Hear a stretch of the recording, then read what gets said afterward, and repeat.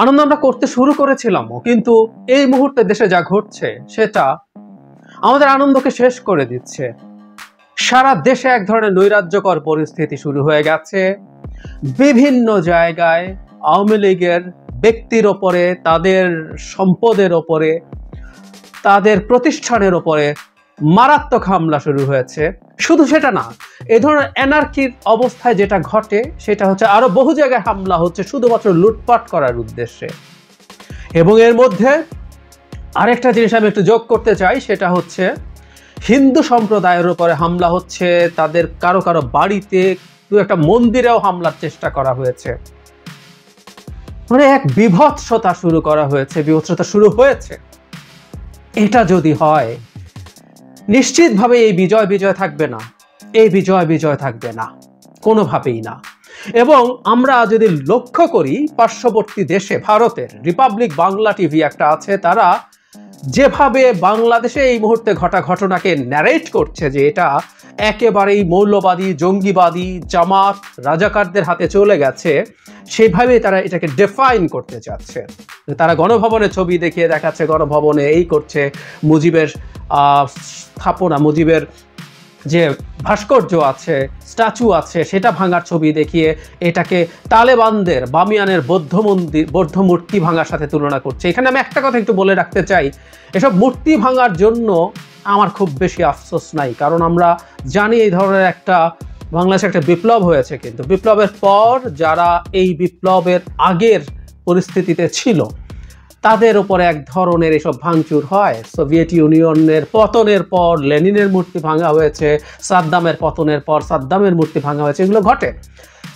So এটা খুব বড় ব্যাপার না। আর শেখ মুজিবুর রহমান এই দেশের জন্য, স্বাধীনতার জন্য বিরাট রোল প্লে করেছেন, কিন্তু তাকে আজকে যে ডেরোগেটরি জায়গায় নামিয়ে এনেছে সেটা কিন্তু তার কন্যা শেখ হাসিনা, কোনো সন্দেহ নাই।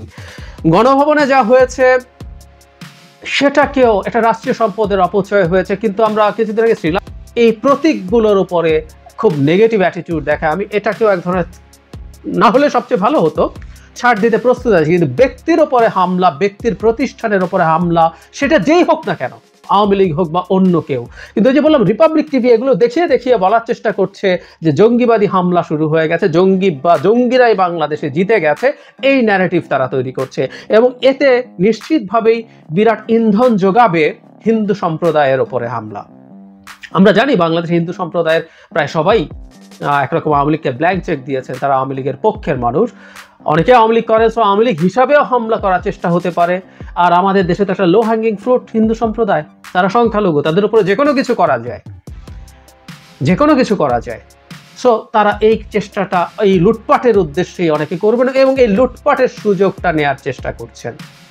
আমি আমার আগের ভিডিওটাতেই একটা কথা বলেছি, তার 15 বছরে যে পরিমাণ জুলুম অত্যাচার মানুষের উপরে করেছে, মানে ন্যূনতম হচ্ছে আপনি জেলে যাবেন, ন্যূনতম হচ্ছে আপনি মামলার জন্য আদালতের দ্বারে দ্বারে ঘুরবেন, যারা অ্যাক্টিভলি সমস্যার ফেস করেছেন। আর বাকি প্রত্যেকটা মানুষ তার মতো করে সাফার করেছেন। বললাম না, লিস্ট আপনি আপনার ইনকাম যা, সেই ইনকামও ঠিক মতো হয় নাই, আর এই মুহূর্তে সেটা দিয়ে আপনি আমার লিস্ট জীবনযাপন আপনি করতে পারেন না। অথচ শেখ হাসিনার পিয়ন 400 কোটি টাকা বানায়, আমি অন্যদের কথা বাদই দিলাম, পিয়ন 400 কোটি টাকা বানায়, হেলিকপ্টার ছাড়া চলে না। মনে আছে না সেই স্বৈরাচারী হাসিনা এসব বলেছিল? সো ক্ষোভের কারণ আছে, আমি বিশ্বাস করি ক্ষোভের কারণ আছে, কিন্তু প্লিজ, আমরা একটা রাষ্ট্র তৈরি, আমরা একটা রিপাবলিক তৈরি করতে চাইছি। আমি প্রায় বলতাম আওয়ামী লীগ একটা মগের মুল্লুককে পরিণত করেছে এই দেশ, কিন্তু এই মুহূর্তে যা হচ্ছে এটা কিন্তু মগের মুল্লুকের মতোই ব্যাপার, কোনো সন্দেহ নাই। সো আমরা প্লিজ যে যেখানে পারি যতটুকু রোল প্লে করতে পারি, আমরা কোনোভাবেই এটাকে মগের মুল্লুক হতে দিতে চাই না। আমরা একটা রিপাবলিক, যেটাকে আমরা গণপ্রজাতন্ত্র বলি, আমি বাংলা শব্দটা পছন্দ করি না, এর মধ্যে প্রজাতন্ত্র শব্দটা আছে, প্রজা আছে, আমরা একটা রিপাবলিক হয়ে উঠতে চাই। আমি জানি এ ধরনের মব যে পরিস্থিতি তৈরি করেছে, এদের বিরুদ্ধে দাঁড়ানো কঠিন, বিভিন্ন থানায় হামলা হচ্ছে। আমি বিশ্বাস করি, সত্যিকার অর্থেই মনে করি এই দেশে পুলিশের মতো নিপীড়ক প্রতিষ্ঠান খুব কম ছিল। একে বিভৎস দানবে পরিণত করেছিল শেখ হাসিনা তার ক্ষমতা টিকিয়ে রাখার জন্য, কিন্তু তারপরও আমরা এটা নিয়ে জিঘাংসা প্রতিহিংসা দেখাতে পারি না। কে কোন পুলিশ কে কি করেছে সবকিছু আমরা দেখব। সবকিছু আমাদের একটা সিস্টেম্যাটিকলি বিচার করব। আর আমি এই মুহূর্তে পরিস্থিতি যে জায়গায় দাঁড়িয়েছে, আমরা অনেকেই এটা অনুমান করেছিলাম। আমি তো বিজয়ের আগে আমার যখন মনে হচ্ছিল বিজয় হবে, আমি তখনও বলেছি যে আল স্ট্যান্ড, আমি তাদের পক্ষেও দাঁড়াবো। আমি মনে করি সেনাবাহিনীর উচিত ছিল আরও ভালো প্রস্তুতি রাখা, সারা দেশে জেনারেল ডিপ্লয়মেন্ট করা। এবং আমি অ্যাপিল করি আমার এই ভিডিও যদি সেনাবাহিনীর কেউ দেখে থাকেন, তারা প্লিজ সেনা প্রধানের কাছে যদি যোগাযোগের সুযোগ থাকে তাদের চ্যানেলে যোগাযোগ করুন। খুব দ্রুত সেনা প্রধানের পক্ষ থেকে বক্তব্য আসা উচিত, বা তার হয়ে তার ডেলিগেটেড পাওয়ার নিয়ে কোনো সিনিয়র অফিসিয়াল সামনে এসে বলা উচিত, এবং এই নিরাপত্তা যত দ্রুত সম্ভব নিশ্চিত করা, এটা একেবারেই জরুরি। তার জন্য যদি কারফিউ বা অন্য কোনো ব্যবস্থা সিরিয়াসলি নিতে হয়, তার জন্য যদি কঠোর কোনো ব্যবস্থাও নিতে হয়, সেই ব্যবস্থা নেওয়া একেবারেই জরুরি বলে আমি বিশ্বাস করি, খুব সিরিয়াসলি বিশ্বাস করি।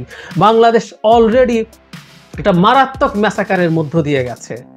এই মুহূর্তে আরেকটা ম্যাসাকার হোক সেটা আওয়ামী লীগের ওপরে, হোক সেটা আওয়ামী লীগের, আমি সত্যি মনে করি এই দেশে আওয়ামী লীগ যারা করে তার 99% হচ্ছে আপাদমস্তক ক্রিমিনাল, অনেকের উপরে বিশ্বাস করি।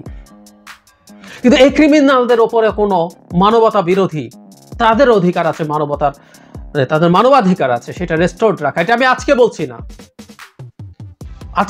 2011 সালে যখন ডাকাত শহীদকে পুরনো ঢাকায় ক্রসফায়ার করা হয়েছিল, তীব্র সমালোচনা হয়েছিল, কিন্তু আমি ব্লগে সেটার প্রতিবাদ করে, তখন ব্লগে লিখতাম, তীব্র প্রতিবাদ করে কথা বলেছিলাম। আমি এখনো আওয়ামী লীগের ও মানবাধিকারের পক্ষে। আপনাদের ভালো লাগবে না হয়তো, আমি বিশ্বাস করি আমি আপনাদের ক্ষোভকে রেসপেক্ট করি, যেহেতু এই প্রসেসে দীর্ঘদিন থেকে আছি, দেখেছি, জানি, পড়ি, ব্যক্তিগতভাবে কথা হয়। কিন্তু প্লিজ আপনারা এটা করবেন না। আর এই অ্যাপিলে খুব বেশি অনেকের কাজ হবে তা জানি না, কারণ হলো এর মধ্যে প্রচুর লোকজন আছে যারা লুটপাটি, যারা এখন প্রধান উদ্দেশ্য। এবং আবারও বলছি, এটুকু মাথায় রাখি, বিশেষ করে হিন্দু সম্প্রদায়ের উপরে হামলা বা অন্য হামলাগুলোকেও জঙ্গির সাথে রিলেট করে রিপাবলিক টিভি, বিজেপি পরিচালিত টিভি এই ন্যারেটিভ তৈরি করতে শুরু করেছে। বাংলাদেশে এটা যদি অনেক বেশি দীর্ঘস্থায়ী হয়, এটা খুব বড় বিপদ তৈরি করার সম্ভাবনা আছে আমাদের জন্য। আমরা যেন সজাগ থাকি।